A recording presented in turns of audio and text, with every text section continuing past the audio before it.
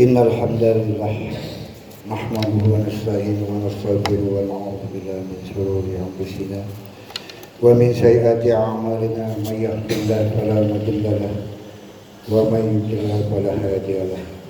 Asyhadu an la ilaha illallah wahdahu la syarika lahu wa asyhadu anna Muhammadan abduhu wa rasuluh.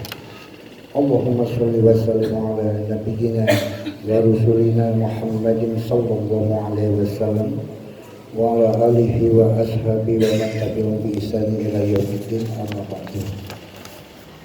Ya ayyuhallazina amanu taqullaha haqqa tuqatih wa la tamutunna illa wa antum muslimun. Ya ayyuhan nasu taqu rabbakumul ladzi khalaqakum min nafsin wahidatan wa khalaqa minha zawjaha wa bassa minhuma rijalan katsiran wa nisaa wattaqullaha allazi tatasaaluna bihi wal arham innallaha kana 'alaikum raqiba. Ma'asyiral muslimin jamaah rahimakumullah yang saya banggakan, marilah kita panjatkan puji syukur kehadiran Allah Subhanahu wa ta'ala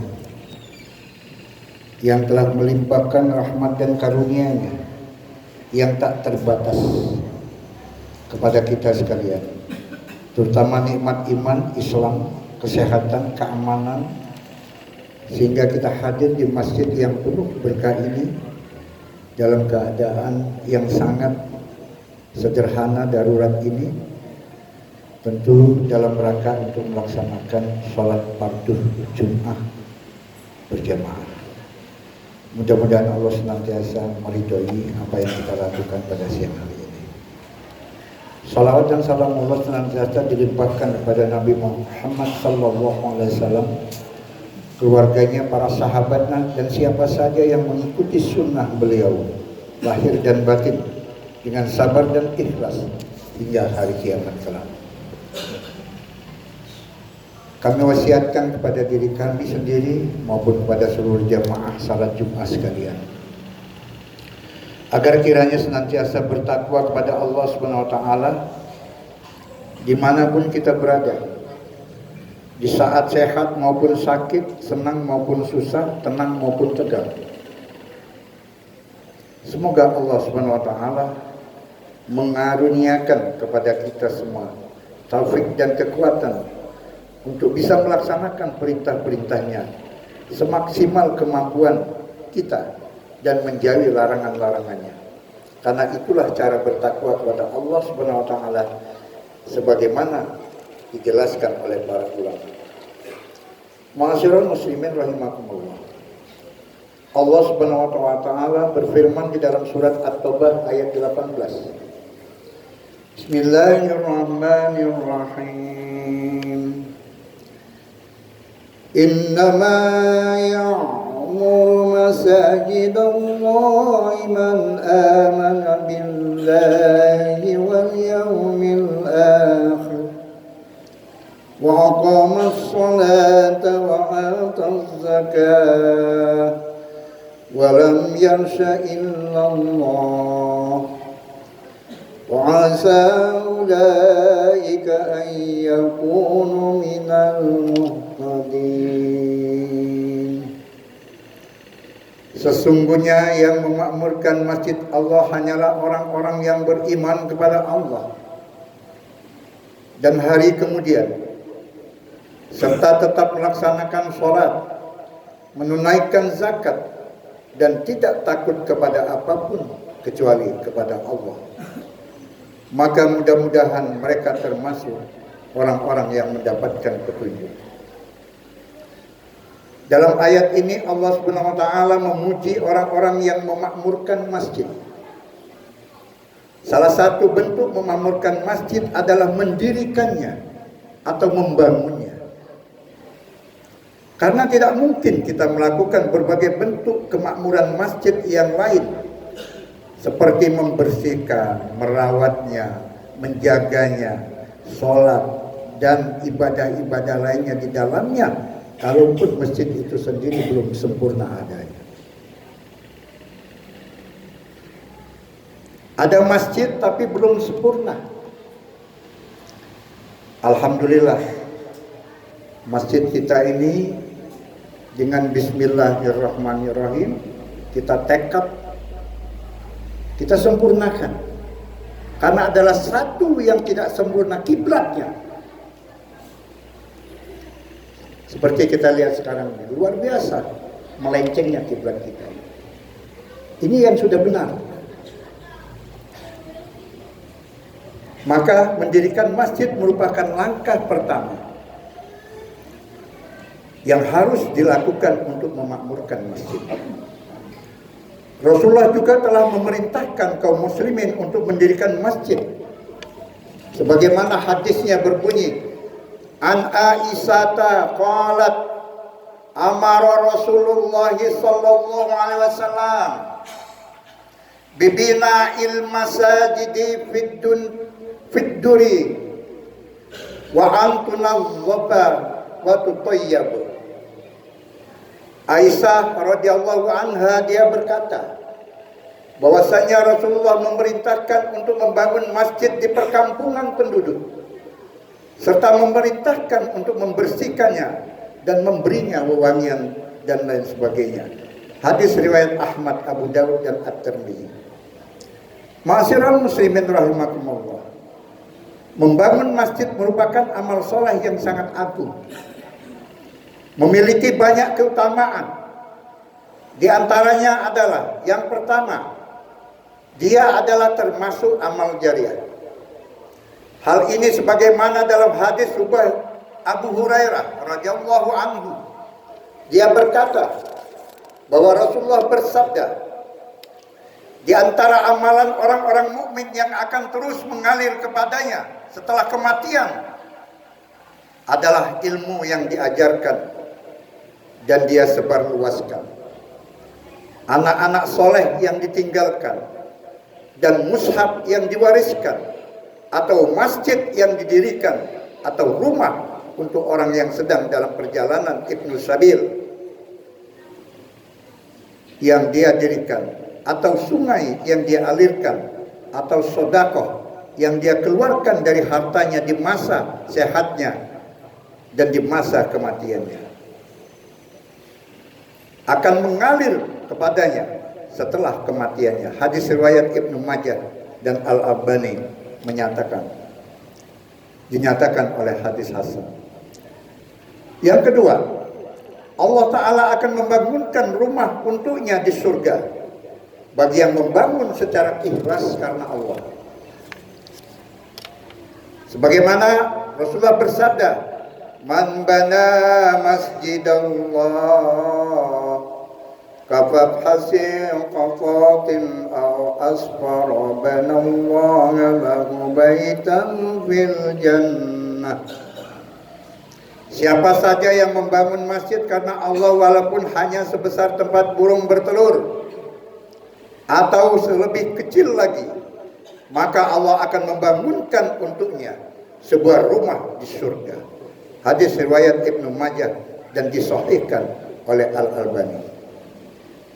Dan di dalam kitab Sahih Al-Bukhari Muslim disebutkan, hadis mengatakan, man bana masjidan yabtaghi bihi wajhallah banallaha lahu mislahu fil jannah. Siapa saja yang membangun masjid yang diniatkan hanya untuk mendapatkan keridhaan Allah semata, maka Allah akan membangunkan untuknya yang semisal dengan masjid tersebut di surga. Oleh karena itu, mari kita gerakkan hati kita semata-mata mencari keridhaan dari Allah Subhanahu wa taala, agar Masjid Jami Nurul Islam yang kita cintai ini cepat terbangunnya. Imam An-Nawawi rahimahullah berkata, sabda Nabi, mislahu yang semisal dengan masjid tersebut itu kemungkinan mengandung dua makna. Kata beliau, makna yang pertama adalah Allah Ta'ala membangunkan untuknya yang semisal dengannya dalam hal sebutan yaitu rumah. Namun sifat rumah tersebut dalam hal luasnya dan yang lain-lainnya maka sudah sama diketahui keutamaannya, yaitu tidak pernah terlihat oleh mata, tidak pernah terdengar oleh telinga, dan tidak pernah terlintas dalam hati manusia. Ini analisa dari Imam Nawawi. Kemudian analisa kedua, maknanya adalah keutamaannya dibandingkan dengan rumah-rumah di surga itu sebagaimana keutamaan masjid dibandingkan dengan rumah-rumah di dunia ini. Ma'asyiral muslimin rahimakumullah. Dalam membangun masjid kita tidak boleh bersikap asal-asalan atau serampangan. Apalagi kita ada niat menghalang-halangi untuk suksesnya pembangunan masjid itu sendiri. Ada pedoman syariat yang mesti kita ikuti agar amalan soleh yang agung ini tidak sia-sia di sisi Allah Subhanahu wa taala. Di antara rambu-rambu syariat yang perlu kita ikuti dalam membangun masjid adalah: satu, ikhlas dalam niat. Niat yang ikhlas merupakan poros seluruh amal. Kita hanya akan mendapatkan balasan dari amal kita sesuai dengan niatan kita melakukan amal tersebut.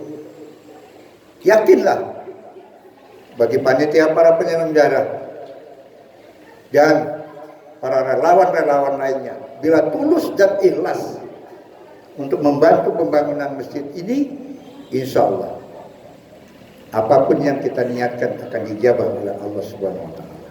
Innamal a'malu binniyat. Yang kedua, tidak boleh kita membangun masjid yang berdekatan dengan masjid yang telah ada sebelumnya, kecuali ada sebuah kebutuhan yang sangat mendesak, misalnya kapasitas ruangan yang sudah tidak memadai.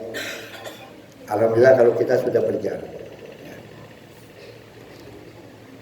Demi menjaga keutuhan jamaah dan menghindari perpecahan, Allah Subhanahu wa taala telah mencela orang-orang yang munafik yang membangun masjid dengan tujuan untuk memecah belah kaum muslimin dalam, sebagaimana firman-Nya mengatakan, Bismillahirrahmanirrahim, wallazina ittakhadhu masjidan diraran wa kufran wa tafriqan bainal mu'minina wa irsadan laman haraba Allah wa rasulahu min qablu la yahlifuna in aradna illa al-husna wallahu yashhadu innahum lakazibun. Dan di antara orang-orang munafik itu ada yang mendirikan masjid untuk menimbulkan bencana pada orang-orang yang beriman, untuk kekafiran, dan untuk memecah belah di antara orang-orang yang beriman, serta menunggu kedatangan orang-orang yang telah memerangi Allah dan Rasul-Nya sejak dahulu. Mereka dengan pasti bersumpah, kami hanya menghendaki kebaikan, dan Allah menjadikan saksi bahwa mereka itu pendusta dalam sumpahnya. Hadirin sidang Jumat yang berbahagia, yang berikutnya memelihara hak-hak tetangga masjid dan tidak menimbulkan mudarat kepada mereka. Hal ini berdasarkan sabda Nabi, la darara wa la dirar. Tidak boleh berbuat darar, begitu pula tidak boleh berbuat dirar. Hadis riwayat Ibnu Majah. Sebagian ulama menjelaskan makna darar sama dengan dirar, yaitu kemudaratan. Sedangkan sebagian ulama lain mengatakan ada perbedaan. Meskipun para ulama berbeda pendapat, namun pada intinya segala kemudaratan apapun bentuknya adalah hal yang terlarang, yang harus kita hilangkan. Sudah sama kita ketahui bahwa salah satu ruh saling menolong di antara kaum muslimin adalah memelihara hak-hak di antara mereka. Di antara hak kaum muslimin yang paling mendasar adalah hak bertetangga. Dan tetangga masjid secara khusus lebih layak untuk dipelihara dan dicegah segala hal yang bisa menyebabkan gangguan ataupun mudarat kepada tetangga masjid. Insya Allah itu akan kita jaga. Yang keempat, memperhatikan arah kiblat. Di antara persoalan yang harus benar-benar diperhatikan adalah mengarahkan masjid tepat ke arah kiblat, karena menghadap kiblat merupakan salah satu syarat sahnya sholat.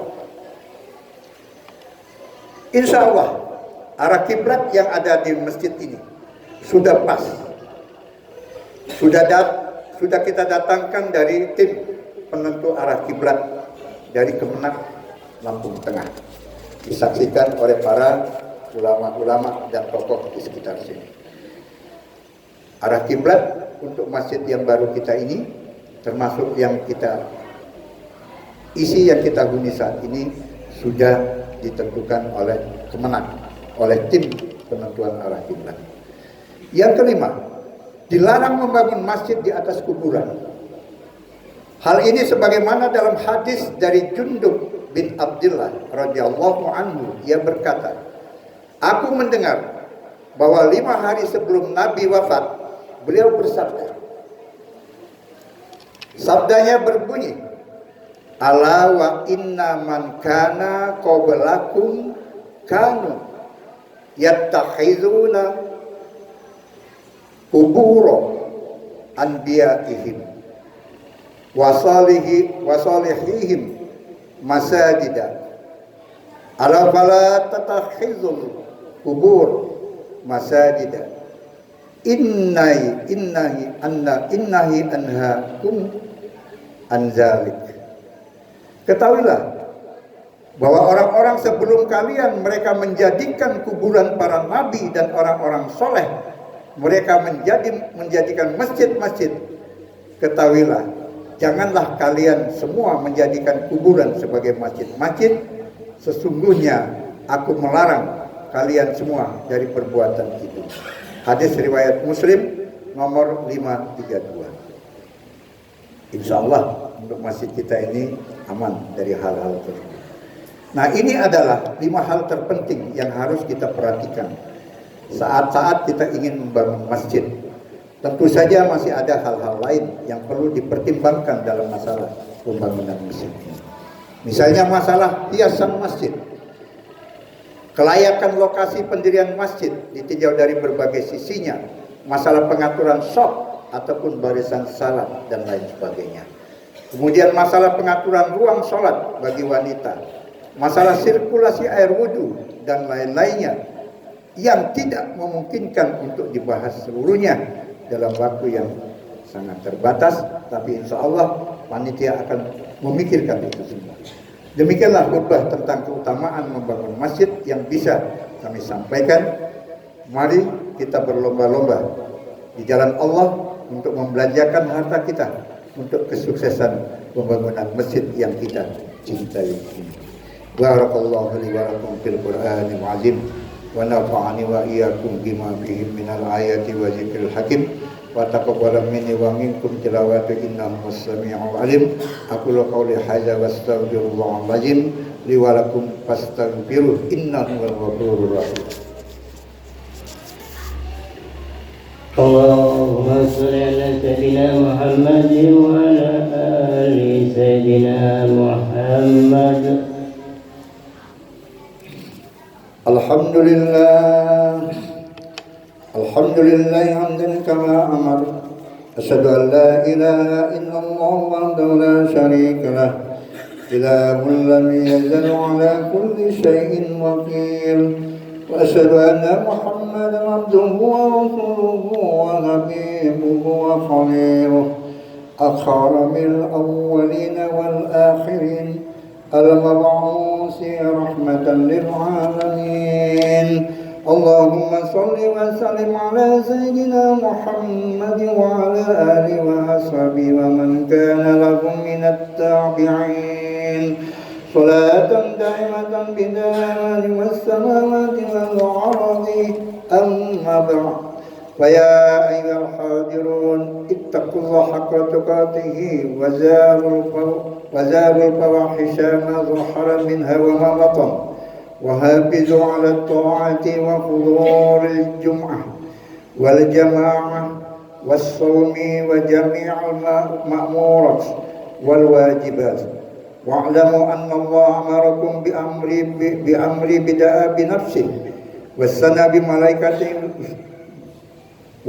بملائكة المسبحات بقدسه إن الله وملائكته يصلون على النبي يا أيها الذين آمنوا صلوا عليه وسلموا تسليما اللهم صل على محمد وعلى آل محمد كما صليت على إبراهيم وعلى آل سيدنا إبراهيم وبارك على محمد وعلى آل محمد كما باركت على إبراهيم وعلى آل إبراهيم في العالمين إنك حميد مجيد.